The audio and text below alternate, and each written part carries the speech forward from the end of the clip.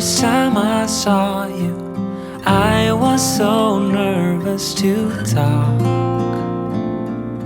Happened so fast, went from so lonely to falling asleep in your arms. I've got a couple of parcels to open with you, and your eyes do not deceive you. That is Christmas paper. But before I open the Christmas one, which I'm going to put here, I am going to show you something that arrived for Steve's birthday. Now, I haven't looked inside yet, but this is supposed to arrive for his birthday, and it didn't. So it's arrived now, so I'm going to wait to get out and then wrap it up for him. He mentioned, when looking for a waffle maker for Barclay, he said that one thing he'd really fancied getting was a proper crepe, better speak quietly, a proper crepe pan. Rather than doing them on like your normal pan, you want to buy a proper crepe pan. So I just kept quiet, then started doing the most ridiculous amount of research into which pan would be best. And you would think there would only be one or two choices, but there are so many options. And then once you start looking, you're like, oh, an extra £10 could get you this one. Oh, that's much better. Oh, and an extra 20. But this one actually is available in John Lewis for £20 more expensive than I got by going direct. So let me see how good it is. Oh, lots of packaging. This will be good for our fire. Whoa. Oh man, it's heavy. It's heavy. Right, wait. Pop that down. So I got this. It's a staub, don't know how you pronounce it. He's going to totally think it's a crock pot when he opens it. Well, that's not very deep. So I got this one from online. Now I'm saying direct. I got it from, where did I get it from? It wasn't direct, it was from a company called Knives and Tools. And they were much cheaper. They were much cheaper than I could get. So I think it's $89.99 in John Lewis. And I got it for £68, including postage. The postage was free. But inside the box, I have to watch it doesn't come in, you get the pan, which has got this beautiful wooden handle. Oh man, it's so heavy. It is obviously cast iron with an enamel base. But look how beautiful that is. Look at the handle. That is gorgeous. I figured it was worth investing in because it's the sort of thing that we will use as a family forever. So it was worth paying a little bit extra to get a good one, because when I started looking on Amazon, which is always the first place that you go to look, and when I started looking on Amazon, by the time you added on, so you got the pan and then you added on these on top, by the time you did that, you were already up at about 50. So then I'm like, oh, an extra £18 more and you can get this. I know fine that he will absolutely love this. Well, I say that, I'm hoping he didn't just say it off the cuff, but I think he'll be really excited for this. Right, let's put this away before he comes back through. He probably won't come back through, but it'd just be my luck that he would come back through from the library. And I'm opening it. Let's hide that back in this box down there. I'll get that wrapped up. This one, this is a Christmas gift. It arrived like this. I had a label on the front which I've taken off with our address. Because every Christmas Eve we buy a family game. So last year we bought a wooden Monopoly, proper wooden Monopoly board. We got it second hand off of eBay. So it's got kind of, it's been worn, so it's quite nice. I like that. And that was because Barclay is obsessed with Monopoly. So that was like a family gift because it was such a big gift. So that was our Christmas Eve game last year.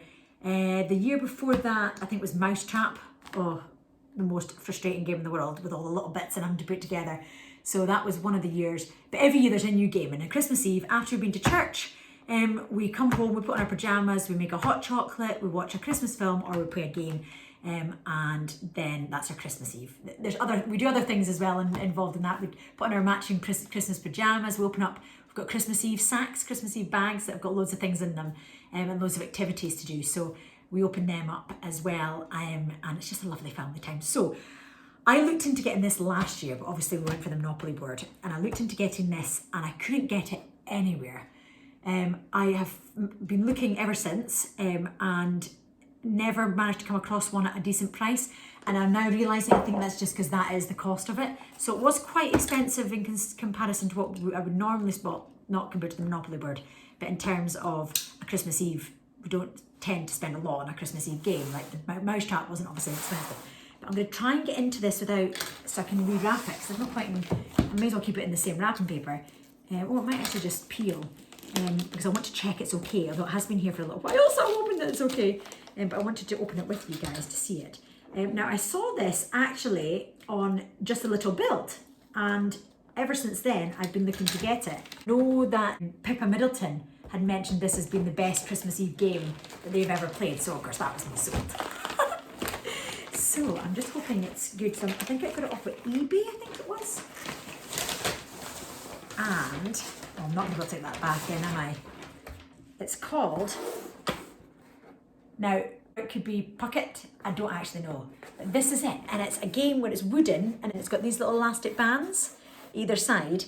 And the aim of the game is to get these wooden discs through a tiny slot in the middle, and the person who clears their side first wins. And apparently it can cause so much frustration, and that's the sort of games that you want for Christmas Eve, where it causes so much fun and excitement.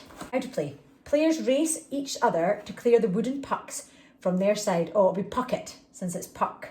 Yeah, Pocket, I think, must be. To clear the wooden pucks from their side of the board by catapulting them through a small hole leading to the other side. You don't take it in turns, and shouting and jeering at your opponent are allowed. So yeah, basically what I just said. They're handcrafted in India from Shijam wood by artisans who receive a fair wage, which is great. Oh, it's beautiful! Oh, I'm so delighted. This is going to look so good in the library when we're going to be at the library. Look at it. So this is it. Now you do get other ones that have got like American style sort of writing on it, like you know, big red lines and other versions, but this is the original one, and I think it just looks really classy. It's really nice. It's got the wooden dowels at the side, it's got green felt on the bottom, as they hold the elastic in place, and then the elastic just pings like that, and it goes through the hole in the centre. But look at the quality of that wood. I am so glad that I decided, there was other ones that I could buy that were cheaper, that were wobbly frames, and I thought about buying that, but this one is sturdy, and it's just perfect. And then inside here, I don't want to open it up too much because obviously it's going to be repacked for a Christmas Eve present, but it's a little sack that will contain the little pucks that are inside. Let's see if I can open one of the pucks to show you. Oh, it's all sealed. Let me just slide one out. So those are the little pucks. So what the aim of the game is that you would have the same amount of pucks at either side, and then the aim is to fire it through, and you go like that really fast and get it through to the other side. Firing ones through, and you'll be firing ones through, and yeah, it's a person who has completely cleared their side that wins. Oh, I love it! I love it! Absolutely love it. Really, really delighted with that. Really chuffed. So that is our Christmas Eve sorted. I know we're quite far away from Christmas, but because I know I'm going to be buying a Christmas Eve game, if I see, and I've been looking for this for ages, if I see it, I will buy it and store it, because it's the sort of thing that, this sort of thing I'm investing in the house. We've got quite a few old games, old dominoes, and the plan is to invest in all these ready for when the library's renovated. It means that we will have loads of lovely old vintage, some vintage style, but some that are obviously new but are wooden and classic and classy style games that'll be in the library once it's renovated. So that's the plan.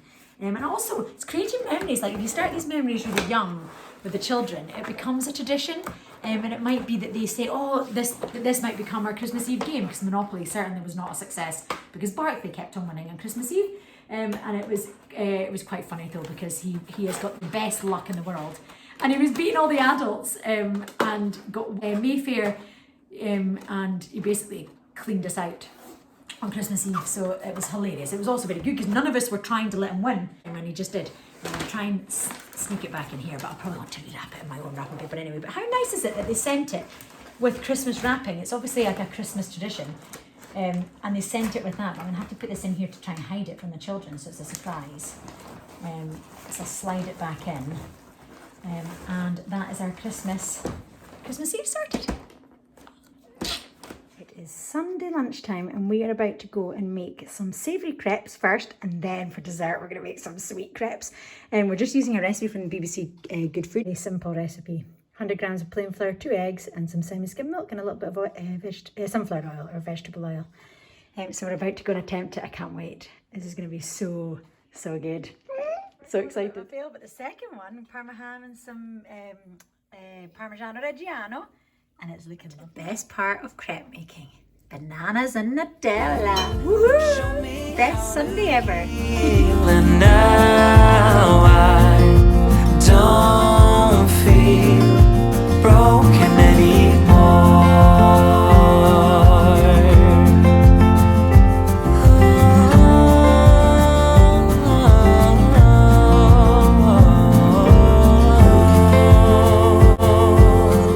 Sunday tradition. We're up in the game now. We've put on some marshmallows, some Nutella, some bananas, and some cinnamon. This is going to be our new Sunday tradition. Yum, yum, yum. Yeah, flip it over, yes. It's the kind of day today that is perfect weather for a lovely hearty country soup. So I've used the carrots from outside, I've used an onion from outside, 2 onions from outside, 2 red onions, a leek, and I have used the fabulous potatoes from my best friend Louise Henderson. I'll tag her down below so that you can access it. 20 kilograms for £7, massive bag of tatties. So if you use potatoes a lot, then I would highly recommend purchasing those. And I am also going to be putting in the carrot tops. So I've taken off the tiny little leaves because they were small carrots because we didn't thin them out enough, but they're very cute though, very, very cute, and the children love nibbling on them. But we've taken off the very top shoots and got rid of the stalk, well, apart from that one there, and got rid of the very stalky bits, so it's just the leaves, and I'm going to add it. It's called carrot top soup, so we'll see if carrot top soup tastes nice. And I've used chicken stock. I boiled the chicken last night and put the stock in the fridge overnight so that the fat settled on the top, and then scooped that off, and then all the sediment goes to the bottom as well. So then I use the section in the middle, I will use some of the chicken that was from the carcass. I'll pop that in at the end once I pulverise this. But yeah, oh, and some parsnips as well. So the parsnips from the garden, I'm going to keep this one though. Look at the size of this one. I'm going to keep it for our Sunday roast. But the rest, all the smaller ones, all the rest of them are inside here. So I hope it tastes nice. It looks lovely, but I've kind of got that horrible dreaded feeling of, have I just ruined it by adding the carrot tops? But I hope it tastes delicious because it smells lovely. Every time I go and peel a carrot or a potato, potatoes are not so easy, but carrots or parsnips, I used to always peel it like this. And I've only realised probably about 4 years ago that you can go back and forth with the peeler. I wonder if you guys are the same and didn't know that. I think I did a poll a few years ago and there was like 50% didn't know, but yeah. It maybe looks a little bit funny, but it tastes delicious, so I am delighted with that. The adults will probably need a little bit of salt in it, but I've left it without for the children. Yeah, I'm quite impressed with that. I'll maybe use carrot tops more often. It kind of just tastes like parsnip soup, almost. It's got that sort of flavour. But yeah, delighted.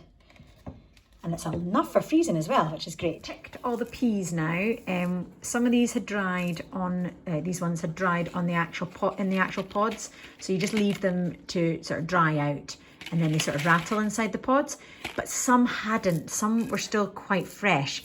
So I just laid them on a piece of kitchen towel, kitchen paper, and they're all dry now, ready to go in the freezer. So I'm going to pop them in a bag with the date on them, and then they will hibernate in my freezer. From last year, peas October 19 for spring 20. I didn't actually write the date when I was going to, I just wrote spring. That takes the pressure off. So I'm just going to wait it to amend this. It's just a brown paper bag, and then seal it inside this. So then pop it in the freezer. That with one of the green peppers that we took from the greenhouse just a couple of days ago. We've just done the same with them. We've just put them on a paper towel, and I'm going to go and put them into a bag for the freezer too. So green peppers for next year. Show me how to heal. So we've been busy planning out the tiling in here. Now it's already tiled here obviously, and we're using the same tiles. Luckily the owners had three spare boxes of tiles, so it's enough to tile in here. We're actually just thinking though, instead of putting a radiator against this wall, which we already had, which is why we were using it, and since we're tiling anyway, we are thinking to possibly put underfloor heating in here, which would be a lot better. I have got a radiator in the laundry room itself, I needed a direct heat from a radiator. I've got it. I don't necessarily need a radiator in this room anyway. So underfloor heating would be ideal, just like in the Swiss Alps with the underfloor heating that they have on the tiled floors. So Dad is just figuring out a way of making this look less off kilter because these have been tiled. Let me show you here. These have been tiled, as you can see, the wall is wonky. So they've taken it off the step, which means that there's a narrow cutting slither just because it's an old house. We've obviously plasterboarded in here to be square, but because the tiles are off here, we're going to carry on the angle that they're at and tile it to the platform. The platform's going to be here. And then this hot cylinder is going to be there, and then I'll have a little rack bit here for hanging maybe, and then this will be tiled. I'm just about to go and start painting. Painting this, Dad has filled twice and rubbed it all down, so it is ready for me to put a white coat of emulsion on. I'm just using the emulsion that we have in the garage, and then I'm going to put masonry paint on this side just to make it look smart, and then this will all be disappearing. Won't be long. I'm just about to start painting. I've used one of the old, the Tesco container things that they use in the trays just now, instead of bags. I've used one of them. I use this all the time when I'm painting any kind of carrier bag that doesn't have holes, and it means you don't have to wash out your paint tray, and you can just dispose of the bag. Not very environmentally friendly, obviously, but I've got these to use up, so it's reusing what I've already got, which is great. I'm going to start painting. I've watered this down just with a little bit of water, just to make it easier to absorb into the fresh moisture resistant plasterboard. So I'm going to do this section at the back here, which already has a roof section attached. And then I'm just going to paint up to the top of this T roughly, because Dad's still got to tape the ceiling on. So you'll attach the ceiling and then put a tape and plaster into there. And it's easier for the tape and the plaster to adhere to the bare plasterboard rather than painted plasterboard. So that is the plan. So I'm only going to paint up to there and leave a border at the top, which means there's less cutting out, which is good.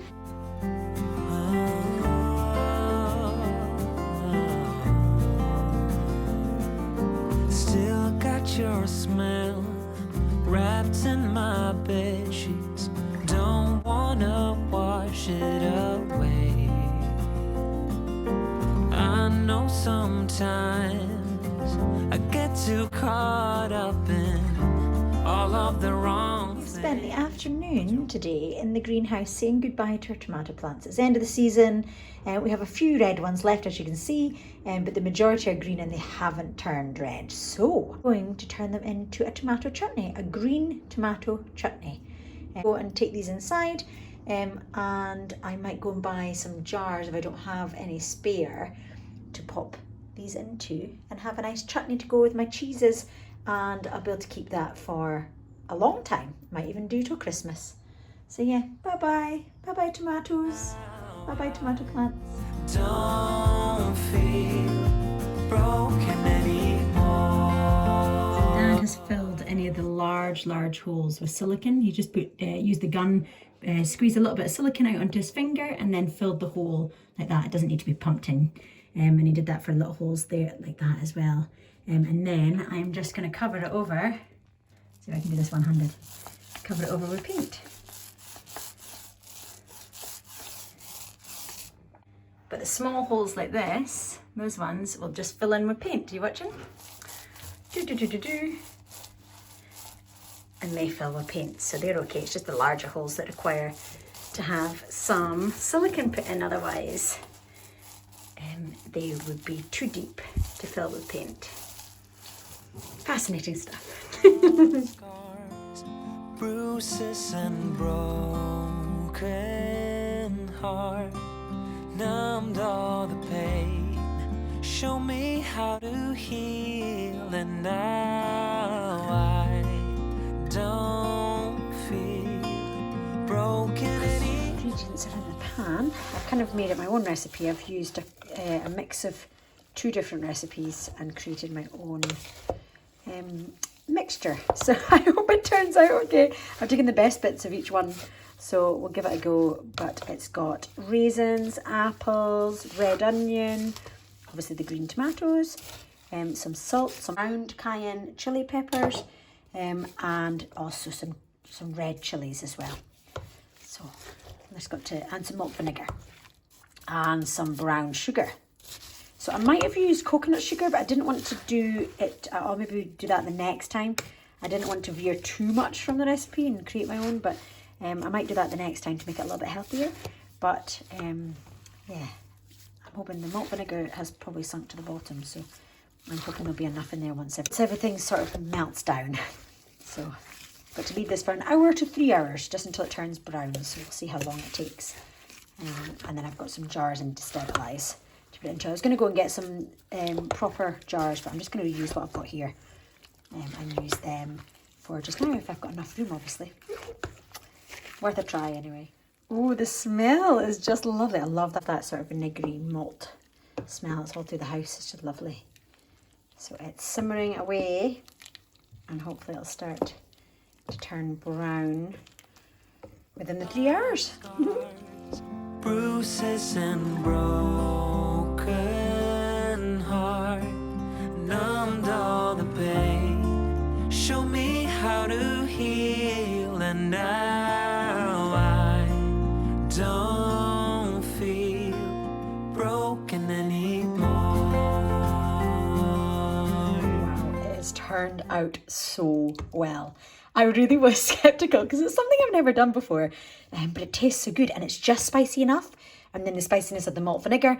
I need to get cumin seeds, so that's one thing I didn't have. I have ground cumin, and even if I add it now, it'll still soak in with it. So I need to do that, and then tonight I need to sterilise my jars and get it all put in. But yeah, I've been nibbling it the whole time. And it tastes delicious, it's so good.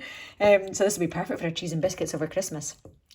I might even do it as presents. I could do some as presents. I didn't peel the tomatoes or the apples, or and you can see some bits of skin in there. You can do that, but I quite like having that in my chutneys, so for me it's not a big deal. But I'm delighted with my green tomato chutney. Delicious toast with chutney and cheese under the grill. It tastes really, really good. So I need to get it all jarred up now and preserve it for over the next few months. Back in my drawing room again. Third coat done on the walls and the back wall. Third coat done on the back wall there, and also on the side wall, but I will do another coat on there once the ceiling goes on. But the ceiling can't go on until we get the hot tank fitted. The back section of the ceiling has been put on because it won't be possible to do it once the tank is in. So this is a little platform for the tank Dad's made. So I'm just going to go and seal it with a lick of wood paint. And then that will allow Dad to fit the tank, and it should just sit. You can see I've been painting already. I am a messy painter. Tank will sit here, and then we're hoping to put screens either side of it, there and there, and then this will be like shelving or hanging areas at that side. So I'm going to crack on and get this sealed. I think it'll only need one coat because it's going to be, well, half covered. And then once we get the screens up, I can maybe give this side a little extra coat, but wait till it's all fitted because it might get bashed and damaged. But Dad's got all his fittings all laid out ready for fitting up. I realised I had my good glasses on, so I took them off before I started painting. I don't know where my other glasses are, so yeah, good job I can see without my glasses for the paint work.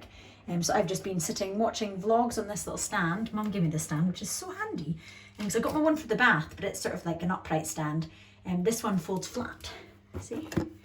Yeah, I'm really messy, sorry. Messy Peter. Yeah, it folds flat, so I might use that for like in my bag if I want to go in the future when we're on trains again. I'll be able to watch vlogs with my phone sitting up, but it just goes really, really nicely into my bag. And then I can prop it up to prop my phone up, but it's handy. I use it in the kitchen if I'm watching something while I'm doing the dishes or the dishwasher. I prop my phone up on there just like that, and allows me to watch something. So I'm going to go and pop on YouTube. I like watching YouTubers, which inspired me to do my YouTube channel. Just a way to watch a YouTube vlog while I do the painting. It's not a perfect job because the paint was kind of a little bit off because it was old paint I was just using up, and I wish I hadn't bothered just using the old paint, but never mind, that's all covered now. It just needed to be sealed so that it's protected, because you'll only see this little bit here. So I'll sand that bit down and redo it with good paint. And as long as this is sealed for putting the tank in. But It's looking so fresh and so nice compared to what it was like. It's just such a difference. The white wall has been painted with masonry paint, and it's had 2 coats.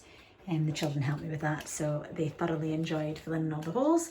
And then 2 coats of just Dulux, it's just here.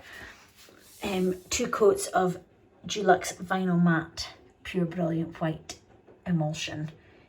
We got this straight from Dulux Trade themselves. We find the paint's just slightly better. You get it direct from them.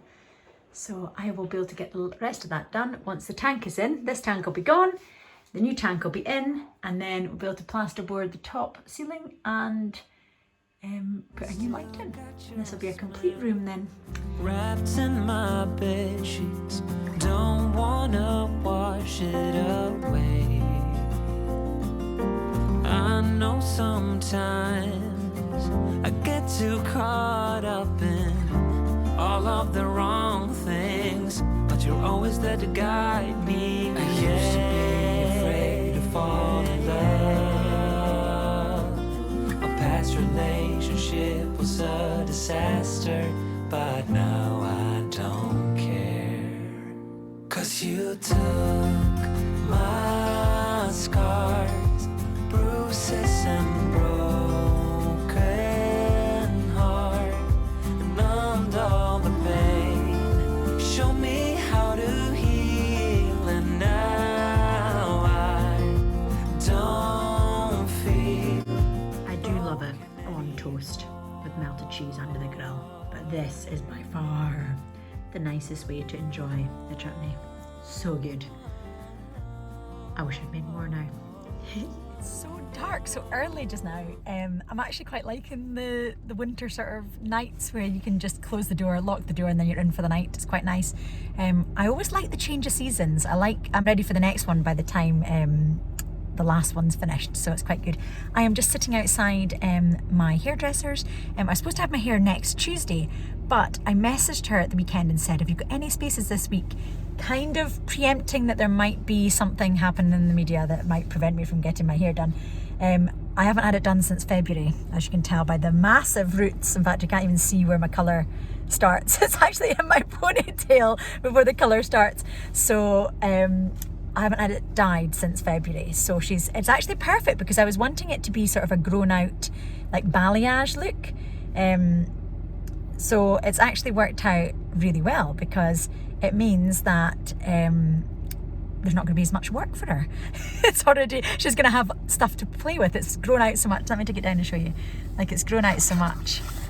So yeah, like it's grown out to there. So it's actually going to be easier for her to work with for having the gradiated sort of look. So I will have my hair looking nice for my birthday. So the next time you will see me will be in my birthday vlog. And I do love my birthday. I do enjoy my birthday. I'm definitely that girl that used to have like three weeks worth of birthday weeks. Like I would have 2 parties, I'd have a family one, I'd have my friends from uni, I'd have my friends from home, and I would eke it out as long as possible. Not so much now that the children are on the go. It's amazing how things change. But I do quite like it, and I was born on the 5th of November, so born with a bang. So of course there'll be some fireworks being put off in the back garden this year. We've never had, even when I was at university, Mum and Dad would come down for my birthday and we'd go find somewhere that we could set fireworks off, so safely of course. So we'll be doing that on Thursday. But I will see you in the next vlog, and I will look totally different. I'll probably have makeup. I don't have any makeup on. I have just been enjoying having not been anywhere, so this is the only thing, and I have a mask on for getting my hair done, so I'm looking forward to it. Although I hurt my back on Sunday morning leaning over cleaning the toilet. This is why I shouldn't clean. I was leaning over and then I stood up, and because I'd been lying down for my breakfast in bed all morning, I just hadn't straightened up properly, and I'd been painting all last week, as you saw. So I think just with that, I think my back was just sort of twinged. So I am really sore just now. I've been trying to stay on my feet all day so that when I am sitting for my hair, it's not too bad. But yeah, it's sore, really sore. Just the very bottom, very base of my back. So I just have to give it some time. Have some baths, and I've been taking pain relief and anti-inflammatories to try and reduce the swelling because the back's just in spasm. So it's not so great. Usually a hairdresser appointment you want to sit for ages, but that's not so good, obviously, having a sore back. But I will still make the most of it, and I will get this vlog all loaded up and ready to go before it's due to be uploaded tomorrow. So that is a good thing. Right, I am going to head off, and I will see you in the next vlog. I hope you enjoyed it, and I look forward to seeing you when I'm a year older. Love you lots. Bye!